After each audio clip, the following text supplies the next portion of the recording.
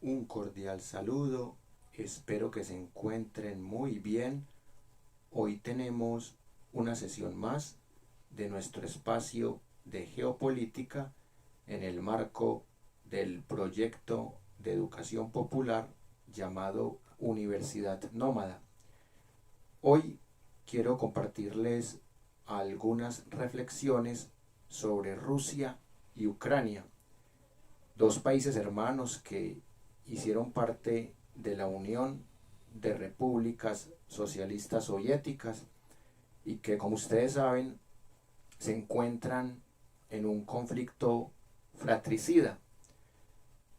Dicen las personas que conocen estas culturas eslavas que es muy difícil distinguir entre un ruso y un ucraniano, porque a veces hablan el mismo idioma, tienen unos rasgos fisiológicos muy similares, y ustedes se preguntarán de dónde viene esa separación. Y precisamente hay dos hipótesis para explicar el fenómeno. La hipótesis occidental, que es la más dominante en nuestras tierras, y la hipótesis oriental. Voy a empezar con la hipótesis occidental.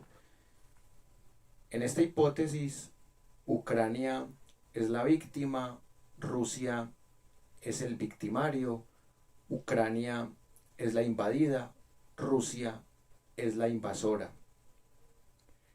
Es una mirada maniqueísta que podemos vislumbrar en todos los medios occidentales que han tratado esta noticia con ese enfoque, pero hoy también quiero que hablemos un poco de la otra cara de la moneda, que es importante para poder hacer pensamiento crítico. La mirada rusa, la mirada oriental. En la mirada rusa también se reconoce que hay una hermandad histórica entre ambos países y que todo cambió en la época del golpe de Estado del Euromaidán en el año 2013, cuando no solamente hubo un golpe de Estado que implicó un cambio de gobierno, sino que también hubo una injerencia de los Estados Unidos de América para empezar a, entre comillas, occidentalizar a Ucrania. Y esto también vino acompañado de un proceso, entre comillas, educativo, de empezar a crear divisiones, el estereotipo de que el ruso es el borracho, el ruso es el maloliente, el ucraniano es el verdadero europeo, el ruso es inferior, es asiático, y con esta retórica se empiezan a crear unos odios en las juventudes y se retoma una figura histórica llamada Stepan Bandera, que fue simpatizante de los nazis y que obviamente fue convertido en un mártir antisoviético, y se empieza a usar una memoria entre comillas selectiva para crear unos odios, y en esa medida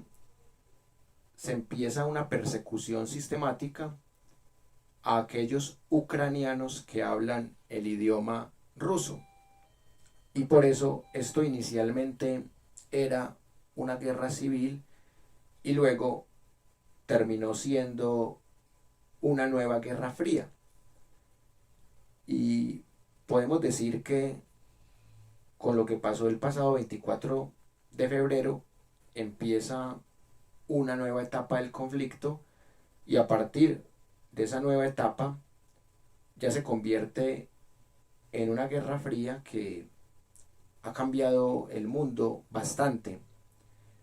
Y es curioso que en la retórica estadounidense haya una contradicción, porque inicialmente negaron que el conflicto ya llevara 8 años, y ya varios funcionarios del gobierno de Estados Unidos han reconocido que el conflicto empezó en el 2014. Y también es interesante ver cómo tanto los medios occidentales como los medios rusos muestran solamente las víctimas del bando contrario.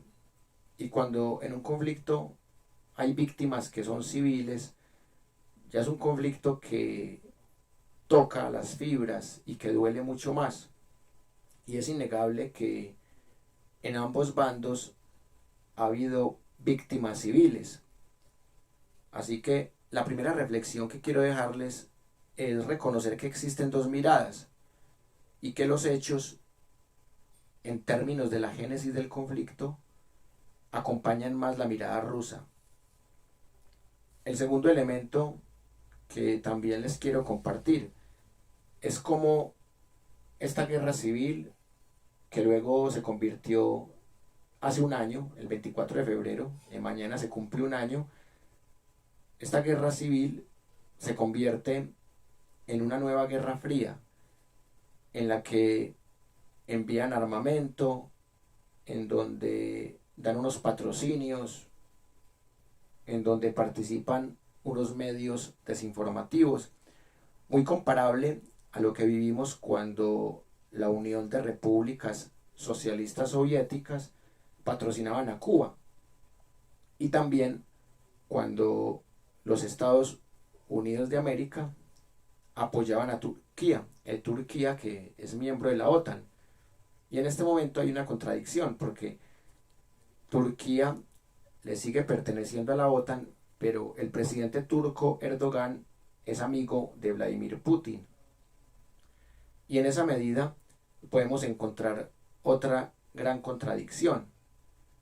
Y lo último que quería compartirles hoy es cómo esta guerra ha afectado la economía mundial por el tema de la escasez de trigo, de fertilizantes, de gas natural. Y esto muestra que las guerras terminan perjudicando a gente que nada tiene que ver. Por eso, entre hoy y mañana, vamos a tratar de explicar las raíces históricas del conflicto.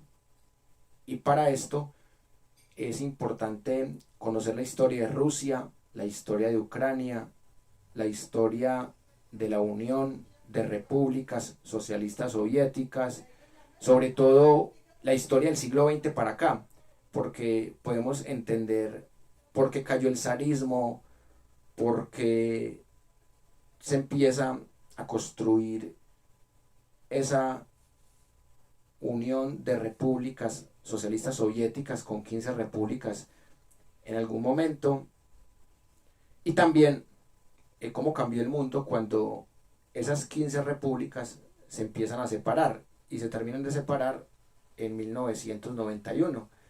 Por eso vamos a estudiar con rigor cómo ha sido este proceso histórico, para no caer en las trampas de la retórica rusa ni tampoco en las trampas de la retórica estadounidense, porque ambas tienen sus fallas, ambas tienen sus aciertos, pero he notado que hay más trampa en la retórica estadounidense, y la censura a los canales rusos como Sputnik y como Russia Today lo han demostrado.